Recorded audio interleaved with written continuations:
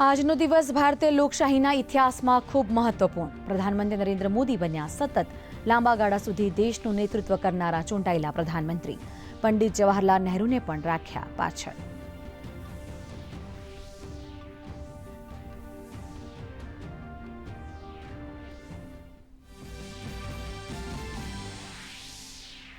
PM મોદીની ઉપલબ્ધિના ઉપલક્ષ્યમાં દેશમાં વિશેષ પૂજાપાઠનું આયોજન.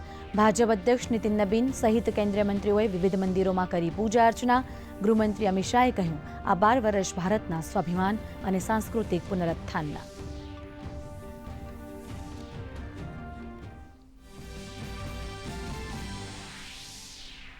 મુખ્યમંત્રી ભૂપેન્દ્ર પટેલે ગુજરાતીઓ વતી પ્રધાનમંત્રી નરેન્દ્ર મોદીને પત્ર લખીને પાઠવ્યા અભિનંદન. કહ્યું, મજબૂત, આત્મનિર્ભર અને વૈશ્વિક સ્તરે આદર્શ ભારતનું નિર્માણ કરવાના 4399 દિવસ. આજના વિશેષ દિવસે મુખ્યમંત્રીએ અડાલજના ત્રિમંદિર ખાતે કરી મહાઆરતી.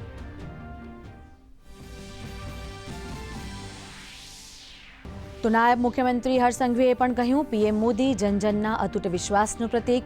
ગરીબો અને મહિલાઓને સશક્ત બનાવવાથી માંડીને માળખાગત સુવિધાઓના થયા અસંખ્ય કાર્યો. પીએમના નેતૃત્વમાં વિકાસ, સુશાસન અને રાષ્ટ્ર નિર્માણ થકી વિકસિત ભારત તરફની મક્કમ ગતિ.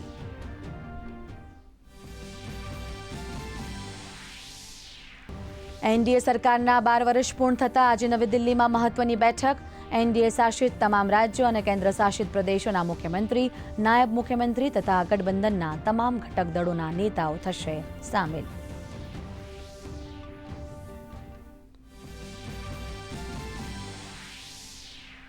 વૈશ્વિક નેતાઓએ બિરદાવ્યું પ્રધાનમંત્રી નરેન્દ્ર મોદીનું નેતૃત્વ. વિશ્વના નેતાઓએ 12 વર્ષના સક્ષમ કાર્યકાળ માટે પીએમ મોદીને આપી વધામણી.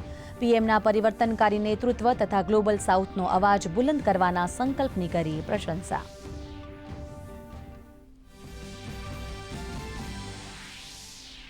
સુશાસનના સફળ 12 વર્ષ નિમિત્તે રાજ્યમાં પણ ભાજપ દ્વારા વિશેષ કાર્યક્રમો, સ્વચ્છતા અભિયાન, વૃક્ષારોપણ અને મહાઆરતી જેવા કાર્યક્રમોનું આયોજન.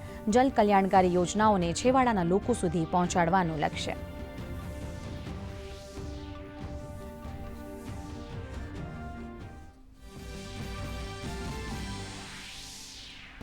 ભારતીય શેરબજાર ગ્રીન ઝોનમાં. બીએસસીનો સેન્સેક્સ 400 પોઈન્ટ વધીને 74,000ની સપાટીએ. આઈટી અને એફએમસીજીના શેરમાં ખરીદી.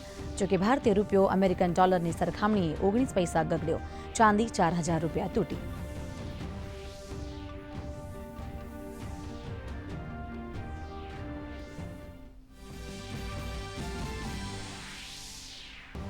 અને રાજ્યમાં કાળઝાળ ગરમીનો પ્રકોપ યથાવત. તો નવસારીમાં રાત્રે ધીમી ધારે વરસેલા વરસાદથી પ્રસરી ઠંડક. આજે તાપી, નવસારી, વલસાડ, ડાંગમાં ગાજવીજ સાથે છૂટાછવાયા ઝાપટાની આગાહી.